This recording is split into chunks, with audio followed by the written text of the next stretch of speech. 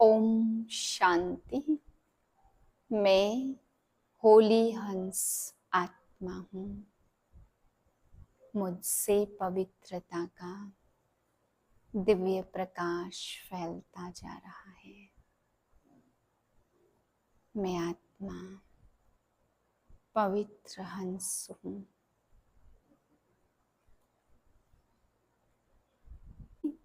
आज बाबा ने भक्ति के लिए समझाया है कि अगर मुक्ति धाम में जाते हैं भक्त, आधा कल्प भक्ति करते हैं और फिर अभी बाप आकर के उनको मुक्ति देते, तो बाबा कहते हैं उनके लिए मुक्ति धाम में जाना बहुत बड़ी कमाई है, क्योंकि आधा कल्प मेहनत करके शांति मांगते तो शांति मिलती है। तो उनके लिए मुक्ति धाम भी पहुंचना बहुत बड़ी कमाई है। फिर बाबा समझा रहे हैं आज संन्यास मार्ग के लिए। तुम बच्चों का संन्यास मार्ग नहीं है, सन्यासी अलग है। बाबा कहते हैं विवेकानंद और रामकृष्ण परमहंस बहुत बड़े कड़े सन्यासी थे। बाबा कहते रामकृष्ण पक्का सन्यासी था और विवेकानंद भक्ति मार्ग के बारे में समझाने करने में बहुत पक्के थे। बाबा कहते जब रामकृष्ण लिखते थे तो अपने चेले को भी कह देते थे बहुत दूर बैठो, वाइब्रेशन ना आए। बाबा कहते ऐसे बहुत कड़ा पक्का शुद्ध विचारों वाला सन्यासी था। बाबा कहते उसने अपनी पत्नी को भी, वह बहुत कड़ा सन्यासी, बाबा कहते उन सन्यासियों ने तो अपनी पत्नी को माँ कह करके संबोधित किया, तब जाकर के पावन बने, विकारों को छोड़ करके जंगल में चले गए, तपस्वी बन गए। बाबा कहते संसार उनके लिए तो नहीं कहता है कि कैसे दुनिया चलेगी। आज बाप आकर के समझाते हैं कि तुम भाई भाई समझो, भाई बहन भी नहीं, आत्मा भाई भाई समझो, तब पावन बनो। और पावन बन करके भी बाबा कहते खाली पावन बनते हैं और घर में रहते हैं, घर गृहस्थ चलाते हैं, तो इससे कोई फायदा नहीं है। पावन बनते और साथ साथ बाबा से कनेक्शन में भी रहते, बाबा को याद भी करते, सेवाएं भी करते, तब कहेंगे हाँ बाप आया है, उनको कुछ निश्चय हुआ है। नहीं तो बाबा कहते पावन बनने की प्रतिज्ञा कर ली और बाप से कोई संपर्क नहीं रखते, आते नहीं है, तो उसको ये नहीं कहेंगे कि उसको कोई निश्चय है। फिर बाबा समझा रहे यहाँ बाप का बन करके अगर रूहानी सेवा नहीं की तो दास दासी का पद पाएंगे, बहुत छोटा पद पाएंगे। बाबा कहते वो भी नंबरवार होते हैं ना, तो आगे चल करके भले उन्हें ताज मिल जाएगा, लेकिन राजघराने में कुछ टाइम तक दास दासियों का पद प्राप्त करेंगे। इसलिए बाबा कह रहे बच्चे बाप का बन करके रूहानी सेवाएं जरूर करनी है, बाप से कनेक्शन रखना है, पत्र भी लिखने हैं। फिर बाबा समझा रहे होली हंस बन करके व्यर्थ और समर्थ का निर्णय कर, व्यर्थ को छोड़ना है, पानी को छोड़ना है और समर्थ अर्थात दूध को लेना है। 6/9/2024 के महावाक्य हैं। मीठे बच्चे, तुम्हारी यह पढ़ाई सोर्स ऑफ इनकम है। इस पढ़ाई से किस जन्मों के लिए कमाई का प्रबंध हो जाता है। प्रश्न है मुक्ति धाम में जाना कमाई है या घाटा। उत्तर है भक्तों के लिए यह भी कमाई है, क्योंकि आधा कल्प से शांति शांति मांगते आए हैं। बहुत मेहनत के बाद भी शांति नहीं मिली, अब बाप द्वारा शांति मिलती है, अर्थात मुक्ति धाम में जाते हैं। तो यह भी आधा कल्प की मेहनत का फल हुआ, इसलिए इसे भी कमाई कहेंगे, घाटा नहीं। तुम बच्चे तो जीवन मुक्ति में जाने का पुरुषार्थ करते हो। तुम्हारी बुद्धि में अभी सारे वर्ल्ड की हिस्ट्री ज्योग्राफी नाच रही है। ओम शांति। मीठे मीठे रूहानी बच्चों को रूहानी बाप ने यह समझाया है कि रूह ही सब कुछ समझती है। इस समय तुम बच्चों को रूहानी बाप ले जाने के लिए आए हैं। उनको कहा जाता है रूहानी दैवी दुनिया, इसको कहा जाता जिस्मानी दुनिया। मनुष्यों की दुनिया बच्चे समझते हैं दैवी दुनिया थी, वह दैवी मनुष्यों की पवित्र दुनिया थी। अभी मनुष्य अपवित्र हैं, इसलिए उन देवताओं के लिए गायन करते हैं। यह स्मृति है बरोबर पहले झाड़ में एक ही धर्म होगा। विराट रूप पर झाड़ पर समझाना है। इस झाड़ का बीज रूप है ऊपर में। बीज झाड़ का बीज है बाप, फिर जैसा बीज वैसा फल, अर्थात पत्ते निकलते हैं। यह भी वंडर है ना, कितनी छोटी चीज कितना फल देती है, कितना उनका रूप बदलता जाता है।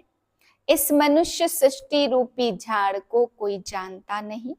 इसको कहा जाता कल्प वृक्ष।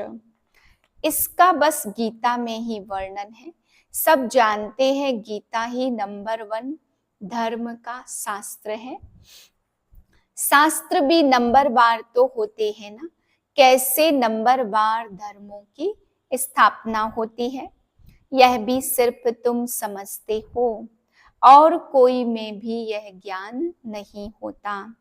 तुम्हारी बुद्धि में है पहले पहले किस धर्म का झाड़ होता है और उसमें और धर्मों की वृद्धि कैसे होती है। इसको कहा जाता विराट नाटक। बच्चों की बुद्धि में सारा झाड़ है। झाड़ की उत्पत्ति कैसे होती, मुख्य बात है यह। देवी देवताओं का झाड़ अभी नहीं है और सब टाल टालियां खड़ी हैं। बाकी आदि सनातन देवी देवता धर्म का फाउंडेशन है नहीं। यह भी गायन है। एक आदि सनातन देवी देवता धर्म की स्थापना करते हैं, बाकी और सब धर्म विनाश हो जाने हैं। अभी तुम जानते हो कितना छोटा सा दैवी झाड़ होगा, फिर और सब इतने धर्म होंगे ही नहीं। झाड़ पहले छोटा होता, फिर बड़ा होता जाता, बढ़ते बढ़ते अभी कितना बड़ा हो गया है। अभी इनकी आयु पूरी होती है। इनसे बनेन ट्री का मिसाल बहुत अच्छा समझाते हैं। यह भी गीता का ज्ञान है जो बाप तुम्हें सम्मुख बैठ सुनाते हैं, जिससे तुम राजाओं का राजा बनते हो। फिर भक्ति मार्ग में यह गीता शास्त्र आदि बनेंगे। यह अनादि ड्रामा बना हुआ है, फिर भी ऐसे ही होगा। फिर जो जो धर्म स्थापन होंगे उनका अपना शास्त्र होगा। सिख धर्म का अपना शास्त्र, क्रिश्चियन और बौद्धियों का अपना शास्त्र होगा। अभी तुम्हारी बुद्धि में सारे वर्ल्ड की हिस्ट्री ज्योग्राफी नाच रही है। बुद्धि ज्ञान डांस कर रही है। तुम सारे झाड़ को जान गए हो, कैसे कैसे धर्म आते, कैसे वृद्धि को पाते हैं। फिर अपना एक धर्म स्थापन हो, बाकी सारे खलास हो जाते हैं। गाते भी है ना ज्ञान सूर्य प्रगटा। अभी तो बिल्कुल अंधियारा मार्ग है। कितने ढेर मनुष्य, फिर यह इतने सब होंगे ही नहीं। इन लक्ष्मी नारायण के राज्य में यह थे नहीं। फिर एक धर्म स्थापन होना ही है। यह नॉलेज बाप ही आकर सुनाते हैं। तुम बच्चे कमाई के लिए कितनी नॉलेज आकर पढ़ते हो। बाप टीचर बनकर आते हैं तो आधा कल्प तुम्हारी कमाई का प्रबंध हो जाता है। तुम बहुत धनवान बन जाते हो। तुम जानते हो अभी हम पढ़ रहे हैं। यह है अविनाशी ज्ञान रत्नों की पढ़ाई। भक्ति को अविनाशी ज्ञान रतन नहीं कहेंगे। भक्ति में मनुष्य जो कुछ पढ़ते हैं उनसे घाटा ही होता है, रत्न नहीं बनते। ज्ञान रत्नों का सागर एक बाप को ही कहा जाता, बाकी वह है भक्ति। उसमें कोई भी एम ऑब्जेक्ट है नहीं। भक्ति में मनुष्य जो कुछ पढ़ते उनसे और ही घाटा होता। कमाई है नहीं, कमाई के लिए तो स्कूल में पढ़ाई की जाती, फिर भक्ति करने के लिए तो गुरु के पास जाते हैं। कोई जवानी में गुरु करते, कोई बुढ़ापे में गुरु करते, कोई छोटेपन में सन्यास ले लेते। कुंभ के मेले पर कितने ढेर आते हैं। सतयुग में तो यह कुछ भी नहीं होगा। तुम बच्चों की स्मृति में यह सब बातें आ गई हैं। रचता रचना के आदि मध्य अंत को तुम जान गए हो। उन्होंने तो कल्प की आयु ही बड़ी कर दी है। ईश्वर सर्वव्यापी कह दिया है, ज्ञान का पता नहीं है। बाप आकर अज्ञान नींद से सुजाग करते हैं। अभी तुमको ज्ञान की धारणा होती जाती, बैटरी बढ़ती जाती। ज्ञान से है कमाई और भक्ति से है घाटा। टाइम पर जब घाटे का समय पूरा होता तो फिर बाप कमाई कराने आते हैं। मुक्ति में जाना वह भी कमाई है। शांति तो सब मांगते रहते हैं। शांति देवा कहने से बुद्धि बाप तरफ चली जाती है। कहते हैं विश्व में शांति हो, परंतु वह कैसे होगी यह किसको भी पता नहीं है। शांति धाम सुख धाम अलग होते हैं, यह भी नहीं जानते। जो पहला नंबर है उनको भी कुछ पता नहीं था। अभी तुमको सारी नॉलेज है, तुम जानते हो हम इस कर्म क्षेत्र पर कर्म का पार्ट बजाने आए हैं। कहाँ से आए हैं? ब्रह्मलोक से। निराकारी दुनिया से आए हैं इस साकारी दुनिया में पार्ट बजाने। हम आत्मा दूसरी जगह की रहने वाली है। यहाँ यह 5 तत्व का शरीर रहता। शरीर है तब हम बोल सकते हैं। हम चैतन्य पाठधारी हैं। अभी तुम ऐसे नहीं कहेंगे कि इस ड्रामा के आदि मध्य अंत को हम नहीं जानते थे। आगे नहीं जानते थे। अपने बाप को, अपने घर को, अपने रूप को यथार्थ रीति नहीं जानते थे। अभी जानते हैं आत्मा कैसे पार्ट बजाती रहती। स्मृति आई है, पहले स्मृति नहीं थी। तुम जानते हो सच्चा बाप ही सच सुनाते हैं, जिससे हम सच खंड के मालिक बन जाते। सच के ऊपर भी सुख मणि में है। सत्य कहा जाता सच खंड को। देवताएं सब सच बोलने वाले होते हैं। सच सिखलाने वाला है बाप। उनकी महिमा देखो कितनी है। गाई हुई महिमा तुमको काम में आती है। शिव बाबा की महिमा करते हैं, वही झाड़ के आदि मध्य अंत को जानते हैं। सच बाप सुनाते हैं तो तुम बच्चे सच्चे बन जाते हो। सचखंड भी बन जाता। भारत सचखंड था। नंबर 1 ऊंचते ऊंच तीर्थ भी यह है, क्योंकि सर्व की सदगति करने वाला बाप भारत में ही आते हैं। एक धर्म की स्थापना होती है, बाकी सबका विनाश हो जाता। बाप ने समझाया सूक्ष्म वतन में कुछ है नहीं, यह सब साक्षात्कार होते हैं। भक्ति मार्ग में भी साक्षात्कार होता। साक्षात्कार नहीं होता तो इतने मंदिर आदि कैसे बनते? पूजा क्यों होती? साक्षात्कार करते हैं, फील करते हैं यह चैतन्य थे। बाप समझाते हैं भक्ति मार्ग में जो कुछ मंदिर आदि बनते हैं, जो तुमने देखा सुना है, वह सब रिपीट होगा। चक्र फिरता ही रहता। भक्ति और ज्ञान का खेल बना हुआ है। हमेशा कहते ज्ञान भक्ति वैराग्य, परंतु डिटेल कुछ भी जानते नहीं।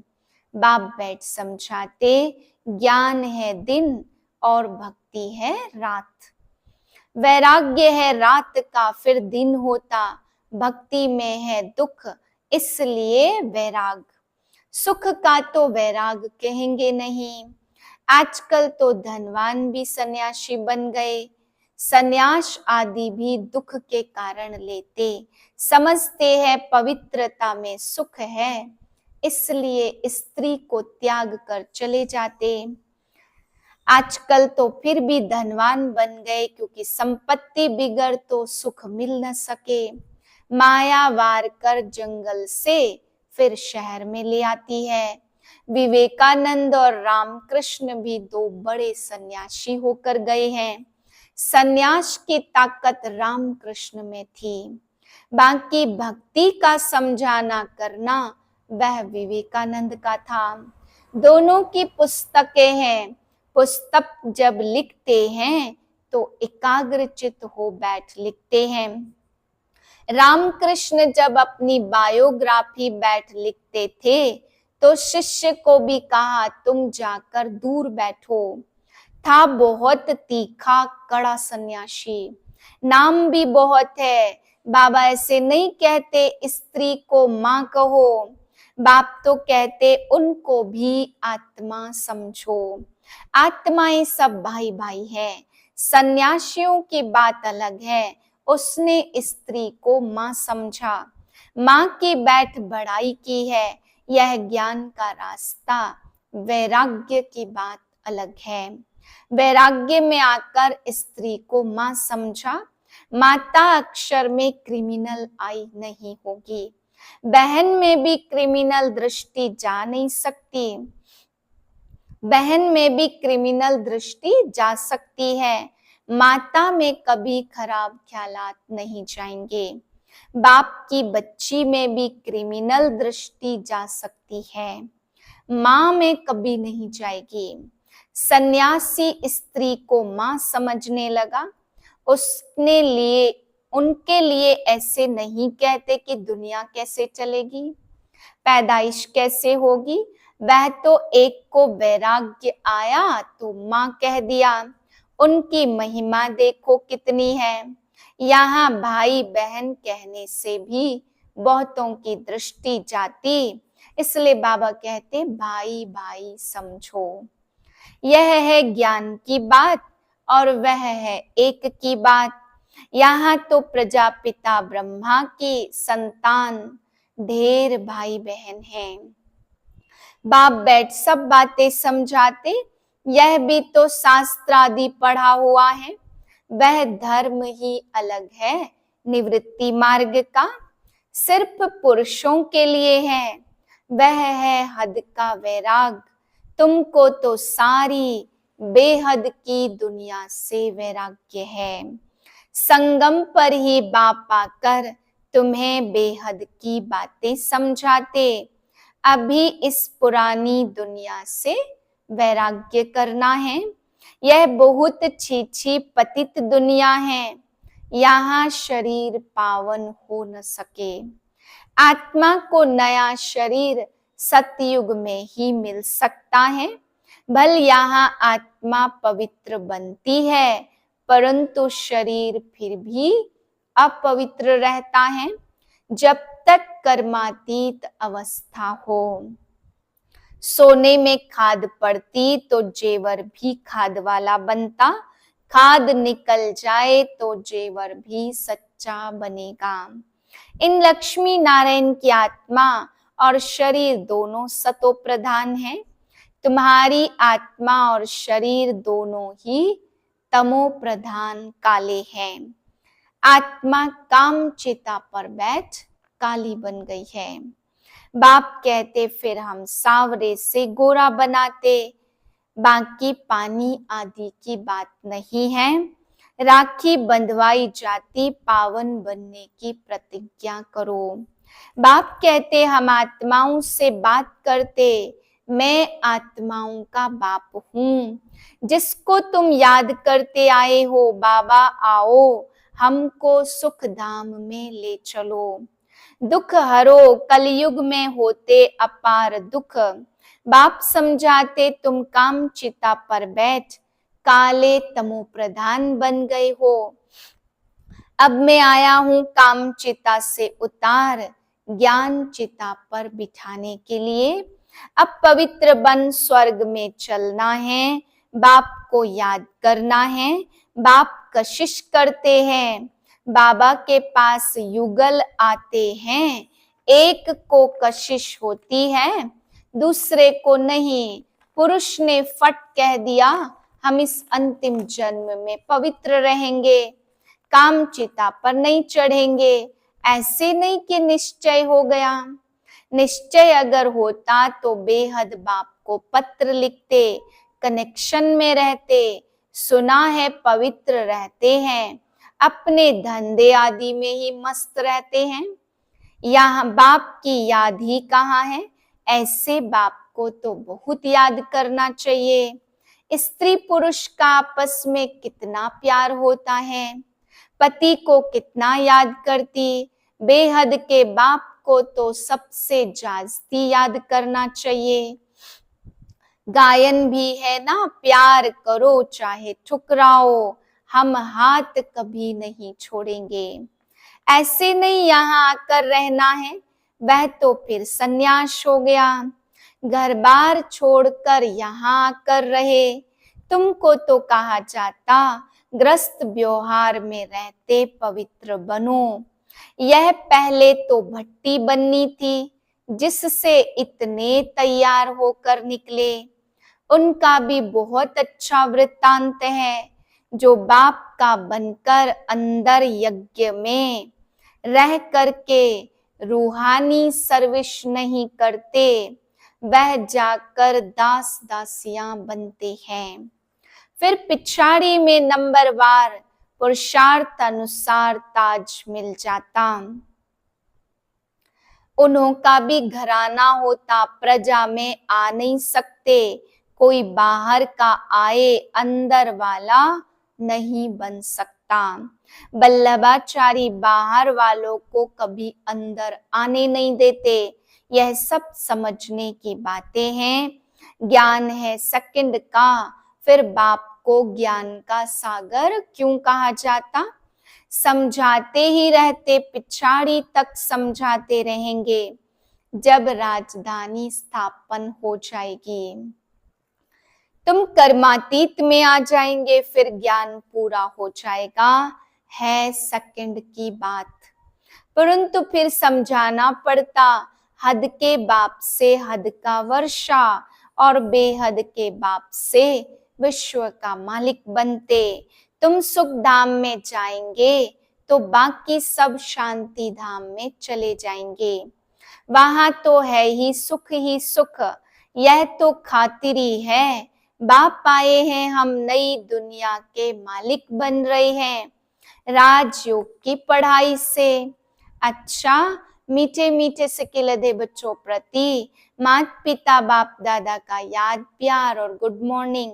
रूहानी बाप की रूहानी बच्चों को नमस्ते। हम रूहानी बच्चों की रूहानी बाप को नमस्ते।